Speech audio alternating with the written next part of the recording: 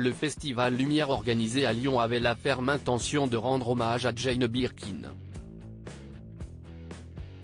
Pour ce faire, ils ont organisé une projection du film Jane par Charlotte le samedi 21 octobre, puis celle de Box, l'un des films réalisés par Jane Birkin ce dimanche 22 octobre. Événement auquel Lou Doyon a assisté en très bonne compagnie. Plus de 3 mois après la mort de Jane Birkin, la douleur de l'absence est toujours bien là pour ses amis, ses fans et surtout ses proches parmi lesquels ses filles, Charlotte Gainsbourg et Lou Doyon. Les deux femmes étaient d'ailleurs présentes à Lyon au cours du week-end pour assister au festival Lumière qu'organise la ville tous les ans. Samedi 21 octobre, Charlotte Gainsbourg voyait son documentaire Jane par Charlotte, présenté à Cannes, projeté dans l'une des salles réquisitionnées pour l'événement. Le lendemain, ce dimanche 22 octobre, Lou Doyon était elle aussi de la partie.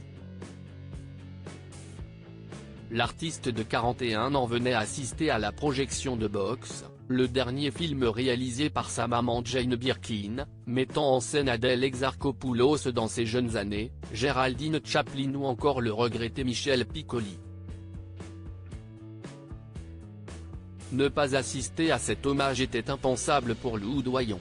En dépit de la douleur que l'absence de sa mère génère dans son quotidien, l'artiste se devait d'être présente par amour pour sa mère disparue en juillet dernier. Mais elle n'était pas seule. En plus des nombreux fans réunis, Lou Doyon a pu compter sur la présence de celui qui partage sa vie, l'illustrateur Stéphane Manel.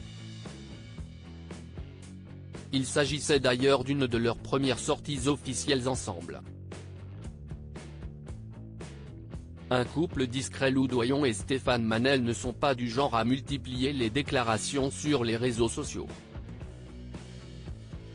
Encore moins les sorties à deux. Les amoureux discrets n'ont d'ailleurs pas échangé beaucoup de gestes tendres ni de bisous sous les yeux du public. Cela ne les empêche pas d'être heureux et très amoureux.